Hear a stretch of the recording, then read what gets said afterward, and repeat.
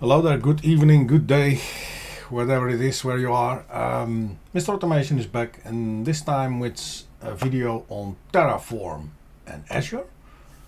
So something different, I would say. Still Azure, but this time with Terraform. And 1 second. Start sharing my screen. So we have a sort of a lame agenda here. And first, some background information. So basically I'm not going to talk about Terraform itself. You can find it out on the internet, right? There's plenty of examples around. And also what Terraform does and how it works is also very well described, I would say. So it makes no sense for me to create any video about that.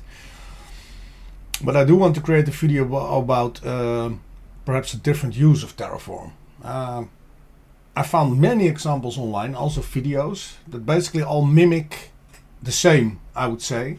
And it's just a very simple, basic state. You deploy something, and then for instance, you have like 4 different environments you want to deploy it against. They basically don't offer a solution for that, right? It's very static, I would say. Not very dynamic as well. Of course, that's because it's static. But so I thought, let's create a video with some more dynamics in it. Let's put it like that. And what I mean by that is the picture you're looking at now at my screen. That's sort of our design. We're going to deploy this configuration inside of Azure using Terraform. So we have a VNet with some subnets in it. We have some security groups that you see here, network security groups. We have some network interfaces. We have some Linux and Windows machines in the end. We will have a VPN gateway as well, I think, in the end, because that's quite complicated. I'm not sure if I have time for that, but we'll see. We will have a storage account, a key vault. We will have some sort of a firewall here on the outside, right? You come through the internet, and this is my device. And basically Terraform is using some JSON magic to provision all these configurations inside of Azure. Okay, so one more thing I would say.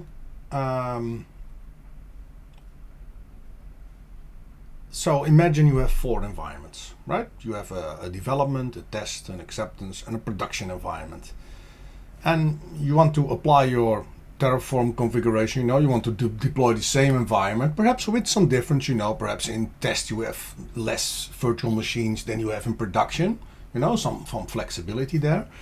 But the goal here is, the approach is to create one Terraform state that can be used across all the environments, right? Most examples I found and most environments I worked in as well, you see more of the static approach. And perhaps it's unawareness, I honestly don't know. But yeah, so that's the reason I'm going to construct these videos. So I guess the picture is clear. This is the setup we're going to build. And episode 1, this one,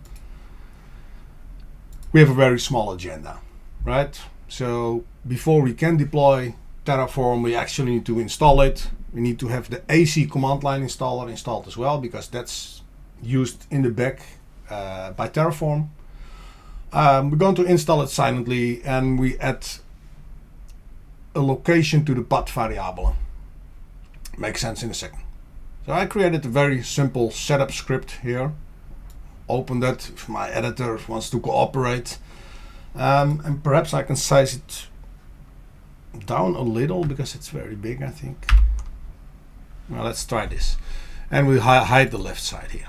So what we have here, very small PowerShell script, super simple script. With the Terraform URL, this is I think it's the latest version as I'm recording here. So this is just a zip file from Terraform. This is a local location on my file system. And basically this zip file here, we download it first and then extract it to this location. And this is the AC URL. This is an MSI installer, I think, for AC CLI, and we're going to download that as well and install it.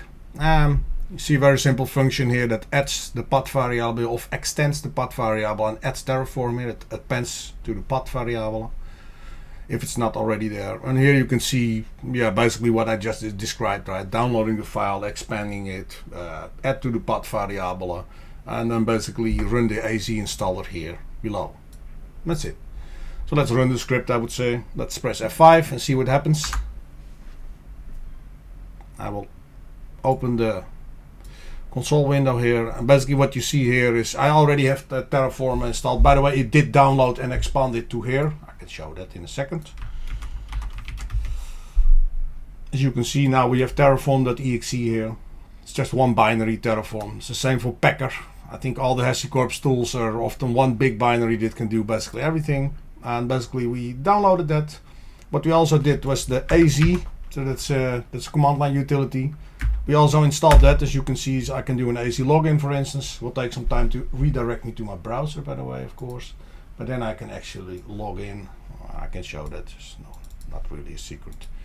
And you have logged into Azure. So currently I'm now logged in to Azure from this setup.